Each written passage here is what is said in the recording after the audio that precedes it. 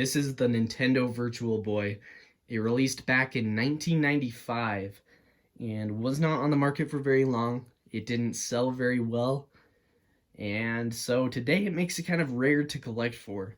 So I actually learned this even existed by playing Animal Crossing New Leaf, and you can get a lot of Nintendo themed items in the game, and this was one of them that you can put inside of your house. So I was kind of wondering what the Virtual Boy was. I got looking into it, and yeah, it's kind of this failed Nintendo console, and yeah, it's pretty interesting. So of course it looks a lot like a modern day VR headset, and it does use 3D, and they actually kind of went and repurposed it to use for the 3DS later on, or at least something similar. Taking a look at the main console here, it's kind of a handheld, but it's not the most portable thing. So up top here, you've got your focus slider. You're really only ever going to need to adjust these up here one time and kind of leave it in that setting. So of course this adjusts the focus, how clear the image is, and this top one here actually adjusts the angle so the 3D looks right. Of course this is where you look into the lens is there, and there are speakers on both sides, and the speakers are actually a pretty high quality. And actually this whole thing is a lot better of a build than I was kind of expecting. But I mean, this is an official Nintendo product, so they definitely put effort into making it feel like a quality item, which I was really happy to see personally. I didn't know if it would feel kind of cheap, but it's definitely very solid and has that Nintendo quality builds that their systems usually do. The game slot is actually on the front here, and that's where you plug the cartridge into. On the bottom, you have, flip this around here, you've got a headphone jack right there to more immerse yourself in the 3D world of the Virtual Boy. And volume slider here for the speakers on the sides.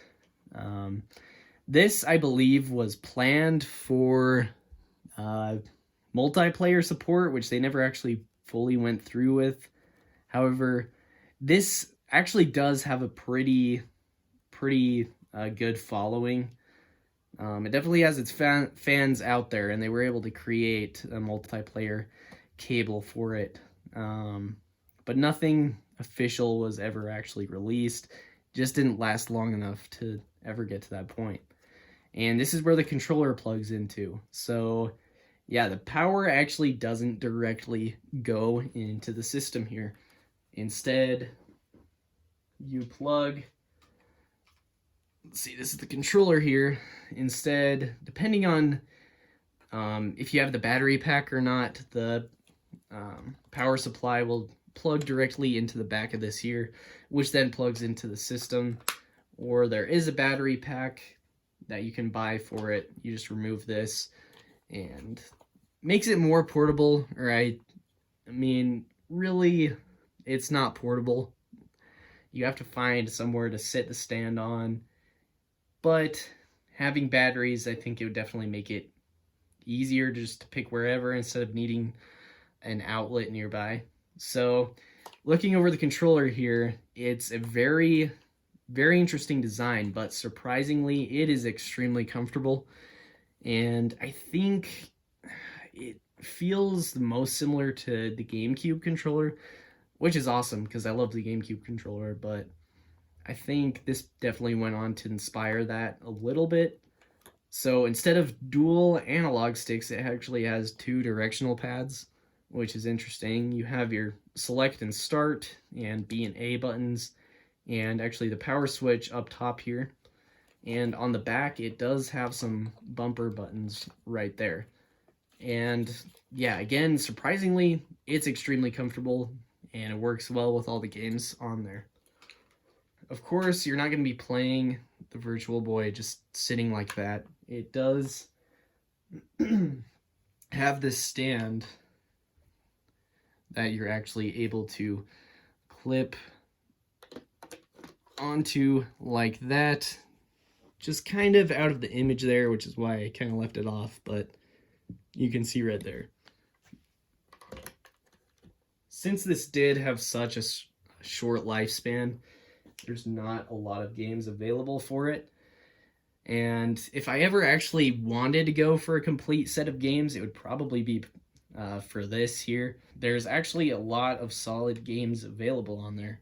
There's Mario's Tennis, which is just a great Mario Tennis game. You know, we've seen them a lot before. 3D Tetris is kind of shows off the 3D quite a bit. Just a very different take on Tetris. Personally, I prefer regular Tetris. This one just plays a bit slow, but still a very cool game on the system. Red Alarm is kind of like a Star Fox type game. So pretty cool spaceship shooter. Has some very cool wireframe graphics, but really shows off the 3D. Let's see. Tellero Boxer is very much like a Punch-Out type game, but with robots. Pretty cool fighting game. So, and then Mario Clash is kind of a spin on the classic Mario Bros. Arcade game. So this one uses the 3D in that you have a foreground and the background. In the background, you can actually throw shells at the enemies. It's a very cool spin on a classic arcade game, and probably the best game on the Virtual Boy is this right here, Wario Land, and it is a very solid platformer. And if you are gonna collect for the Virtual Boy, this is an absolute must-have. And yeah, so the games come with this piece right here, just this little dust cover. I just wanted to point this out, but there's actually a little spot for them to rest there when you're, of course, playing the game. Just a cool little feature. Overall, I think the Virtual Boy is awesome. I'm so happy that I have one. There are a lot of solid, or I shouldn't say a lot, but there are some solid games on there. But it's so expensive. It's such a pricey and rare system today. Trying to find one that works, and I was really lucky. I got one at I think a great time. So if you're looking for a retro Nintendo console, I'd say probably go for the Super Nintendo if you're kind of just casually wanting to play some Nintendo games. I've had a lot of fun with the Virtual Boy, but it's not going to be for everyone.